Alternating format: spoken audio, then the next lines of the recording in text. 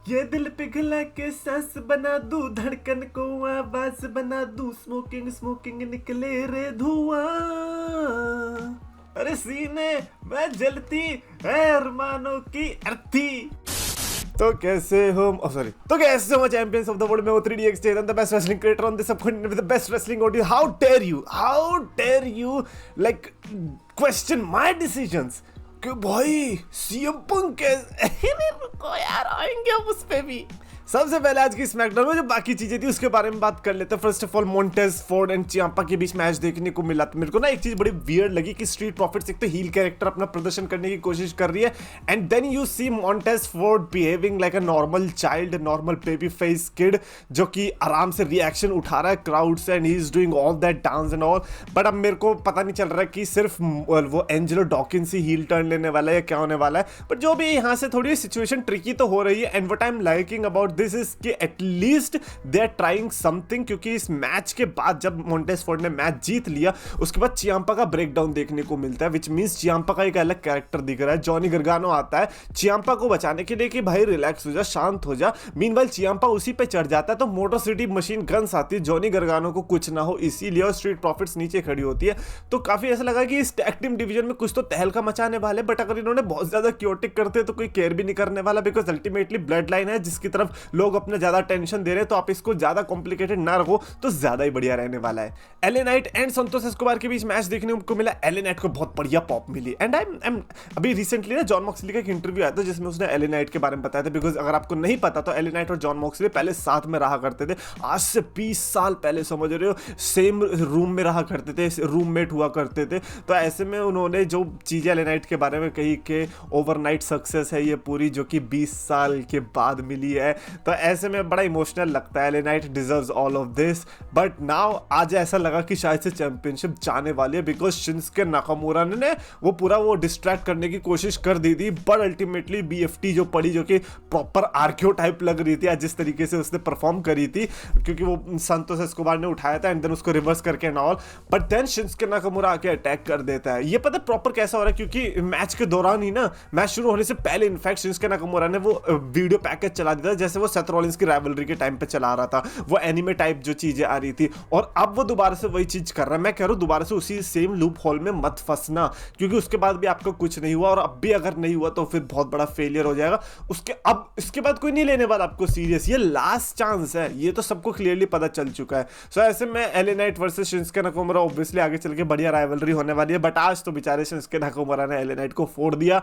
एक मौका आएगा अगली स्मैकडाउन में, मैं अज्यूम कर रहा हूं कि एले नाइट शिंसुके नाकामुरा को जरूर बजाएगा। Bayley and Naomi versus Tiffany Stratton and Candice LeRae के बीच टैग टीम मैच देखने को मिला। ये बेसिकली मैच इसीलिए था ताकि वॉर गेम्स की हाइप कर सके, क्योंकि मैच के दौरान ही नाया जैक्स से इंटरफियर कर रही है, लड़ाई कर दे रही है, नाओमी को अटैक कर दे रही है, एंड देन बीच में इयो स्काई आ रही है, Liv Morgan and Raquel Rodriguez आ रही है। भाई इयो स्काई क्या लड़ती है यार, लाइक इयो स्काई इज द, मेरे को ऐसा लगता है Iyo Sky is Daniel Bryan of women's industry, like she is just so good with her move set.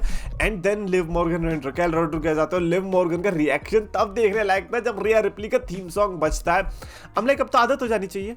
मैं तो, अगर मैं लिव मॉर्गन हूं और मैं रिंग के अंदर हूं तो मैं तो बस ये अज्यूम करके चलूंगा कि अगले 5 सेकंड के अंदर रिप्ली का थीम सॉन्ग बजने ही वाला है। और जैसे ही वो थीम सॉन्ग बजा, क्या रिएक्शन आया क्राउड की तरफ से। मैंने कहा ये रिएक्शन तुम्हारा मर्चेंडाइज सेल्स पे तो नहीं दिखा, तुमने लिव मॉर्गन को रिया रिप्ली से ज्यादा मर्चेंडाइज बिकवा दिया, लेकिन जब रिएक्शन देने की बात आ रही तुम रिप्ली को रिएक्शन दे रहे हो। ये मेरे को चीज समझ में नहीं है, बट आई गेट इट, क्योंकि स्टार्टिंग में तो डोमिनिक मिस्टियो रिप्ली के साथ था ना, तो इसीलिए हो सकता है ये चीज हुई होगी। बट रिया रिप्ली डंडा वंडा लेके आती है पूरा, यहाँ पे क्या वो बोलते हैं, जो मास्क बोलेंगे उसको कुछ और ही बोलेंगे आई गेस, है ना, जो सेफ्टी गार्ड वो पहन के आती है।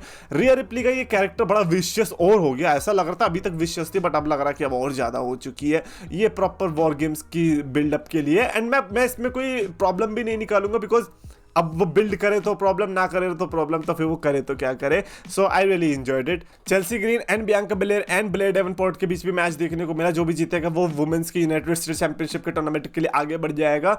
मीनवाइल जेड कारगिल के साथ ये हुआ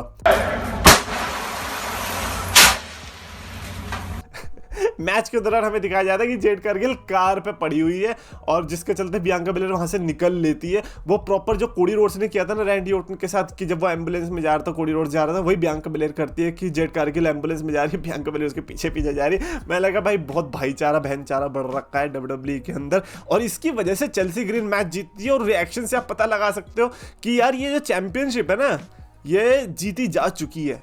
हमें ऐसा लग रहा है कि हम क्वार्टर फाइनल सेमीफाइनल्स में हैं, but winner has already been decided. और अगर चेल्सी ग्रीन या यूनाइटेड स्टेट्स चैंपियनशिप नहीं जीत रही है तो फिर मेरे को इस पूरे टूर्नामेंट का भी मतलब समझ में नहीं आता। फिर मेरे को ऐसा लगेगा कि ये तो बस जबरदस्ती डाइवर्सिटी के लिए ही किया, अदरवाइज इनका कोई ऐसा मोटिव नहीं था कि एक्चुअल सुपरस्टार्स को चांस दे।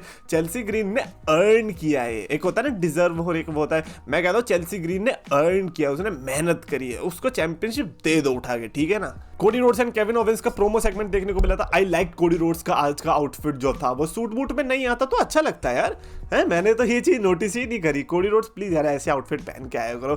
केविन ओवेंस क्योंकि आता नहीं है तो केविन ओवेंस वहीं से भीड़ से ही चिल्लाने लग जाता है कि भाई अरे मैं तो आना भी नहीं चाह रहा था, ये लाडले साहब के लिए मेरे को आना पड़ा। प्रॉपर केविन ओवेंस का वो जो ब्रूटल प्रोमो हुआ करता था ना जब शेन मैकमैन के साथ राइवलरी थी उस टाइम पे, उसी टाइप का आज अग्रेशन देखने को मिला। And I am going to say कि यार कोडी रोड्स ने आज बहुत अग्रेशन में चीजें बोली है केविन ओवेंस को। एंड मैं ना इसमें इन्वेस्ट हो नहीं पा रहा हूँ। हो सकता है कि शायद आप भी ना हो रहे हो सकता है, बट मैं ये कह रहा हूँ कि अगर आप हो रहे हो डज नॉट मीन कि मेरे को भी होना जरूरी है, क्योंकि मेरे को वो फील नहीं आ रही है इस वाली राइवलरी के अंदर। क्योंकि केविन ओवेंस का मेरे को पता है कि वो चैंपियनशिप तो नहीं जीतने वाला, जितनी उसने मेहनत करी है ना। तो भाई 2017 के बाद से उसने कौन सी वर्ल्ड चैंपियनशिप जीती है बताना। लास्ट टाइम उसके पास 2017 में थी यूनिवर्सल टाइटल, और उसके बाद से अब तक इतनी मेहनत करी उसने, इतनी बार चैंपियनशिप के लिए गया, एक बार भी नहीं जीती है। तो अब मैं तो उसी रूटीन के साथ हूँ ना कि यार ये बस फालतू में लड़े जा रहा है, इसकी एग्रेशन का फायदा है नहीं। जैसा कि कोडी रोड्स ने कहा कि इसको खुद के ऊपर कॉन्फिडेंस नहीं है, खुद से हेट करता है एंड ऑल, मेरे को भी वही चीज लगती है कि हाँ यार ये बंदा जीतने वाला तो है नहीं, ये कितना ही बोल ले। तो इसलिए मैं इस स्टोरी लाइन में इन्वेस्ट नहीं हो पा रहा हूँ। और अगर आप हो पा रहे हो तो डेफिनेटली मेरे को कॉमेंट्स में लिख के बताना, बिकॉज मेरे को अजीब लग रही है बस। अच्छा, स्मैकडाउन की जो स्टार्टिंग होती है वो सोलो ब्लड लाइन से होती है, सोलो वाली ब्लड लाइन आती है और वो प्रोमो कट करती है, छोटा सा प्रोमो कट करती है, बेसिकली ये बताने के लिए कि भाई मैं चाहता हूँ रोमन रेंस तुम ना मेरे को सरेंडर करो। तो हमें पता चल गया था कि आज का जो मेन इवेंट होने वाला ये होगा कि सरेंडर करेगा रोमन रेंस। और पता है बीच में जब वो ओजी ब्लड लाइन का सेगमेंट आता है, जब रोमन रेंस को जे उसो बोलता है कि 5th मेंबर कोडी रोड्स को रख ले, रोमन रेंस ने जिस तरीके से बोला ना कि भाई मेरा तो वो जो था कोडी रोड्स के साथ जो टीम थी वो हो गया, वो सब पास्ट में था, अब ऐसा कुछ भी नहीं है। इससे ये पता चला कि चलो कोडी और रोमन का तो ऐसा टीम में तो रिलेशन नहीं है, कोडी वर्सेस रोमन होगा फ्यूचर में, ये तो हमें पता है और ये तो हम चाहते भी हैं, बट टैग टीम में जो वो हुआ था ना वो दृश्य दोबारा से ना देखने को मिल जाए। अब ये हो गया। दूसरी बात, उसने नाम लिया सेथ रॉलिंस का। सेथ रॉलिंस पे भी गुस्सा आ गया रोमन रेंस को। तो मैंने कहा भाई ये बहुत अच्छी स्टोरी चल रही है, क्योंकि सेथ रॉलिंस अटल है अपनी बात पे कि यार मेरे को भले ही ब्रॉन्सन रीड मार दे, मेरे को भले ही ब्रॉन्सन रीड अटैक कर दे, मेरी भले ही उससे राइवलरी है, भले ही वो दूसरी टीम को ज्वाइन कर ले, बट मेरा रोमन रेंस से भी तो पंगा है। लॉजिकली देखा जाए, अब डब्ल्यूडब्ल्यूई जब सेंस बना रही है ना तो लोगों को पसंद नहीं आ रहा, लोगों को शील्ड का नॉस्टैल्जिया दे दो, मेरे को शील्ड का नॉस्टैल्जिया दे दो सेथ रॉलिंस को, उससे फायदा क्या होगा, लॉजिक कहाँ है। सेथ रॉलिंस का तो कोई सेंस ही नहीं बना रहा। जिस बंदे के लिए वो बंदा रेसलमेनिया में अगेंस्ट में गया, उस बंदे के लिए वो उसके साथ में आ जाए, भूल जाओ कि ऐसा होने वाला है। तो 5th मेंबर तो ऑलरेडी हम जब प्रेडिक्ट कर चुके थे उसमें से कोई होने वाला था।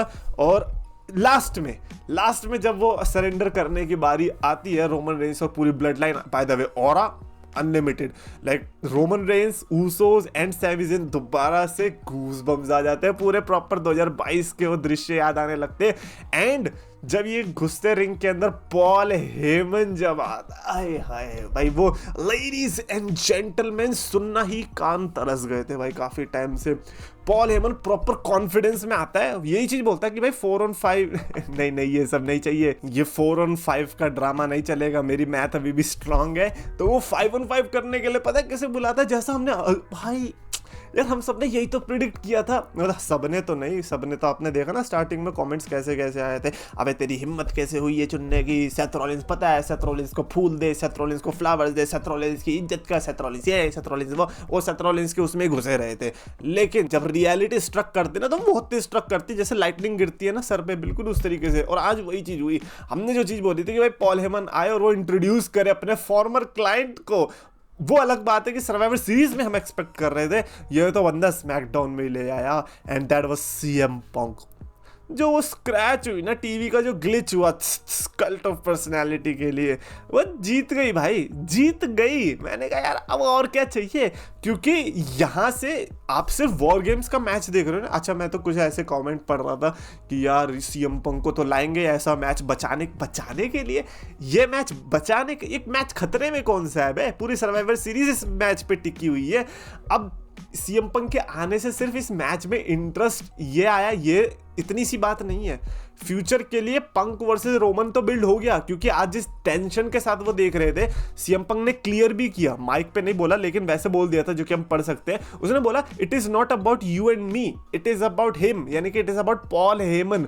वो उसने क्लियर कर दिया कि हमारा तो ऐसा कुछ वो नहीं है, लेकिन क्योंकि पॉल हेमन के साथ मेरे रिलेशनशिप है और क्योंकि पॉल हेमन के साथ ऐसा हुआ था इसीलिए मैं आया हूं। क्योंकि अब लॉजिक तो लगाओ, पॉल हेमन के लिए ही है राइवलरी, पॉल हेमन को पीटा गया था, रोमन रेंस आ रहा है बचाने के लिए, तो भाई सीएम पंक का भी तो पॉल हेमन के साथ रिलेशनशिप रहा है, वो भी तो आ सकता है बचाने के लिए, तो वो भी आया। सेथ रॉलिंस का क्या लॉजिक था मेरे को ये बताओ। लेकिन नहीं, शील्ड भाई शील्ड भाई, कैसे भाई सेथ रॉलिंस की इज्जत, भाई सेथ रॉलिंस को तुम डिप्टी कमिश्नर बना के बिठा दो भाई यहाँ पे यार, क्या बिल्कुल ही अलग ही लगे पड़े सेथ रॉलिंस के लिए।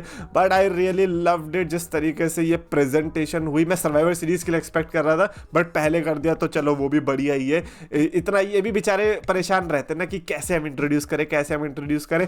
अब हो गया, अब कोई भी सरप्राइज नहीं बचा है वॉर गेम्स के लिए, विच मीन्स कि एक सरप्राइज तो बचा ही होगा, क्योंकि अब ये एंट्रेंट वाले सरप्राइज तो खत्म हो गए। इट मीन्स कि अब जो मैच के बीच में या मैच के बाद में आने वाले सरप्राइजेज है लाइक रॉक एंड ऑल।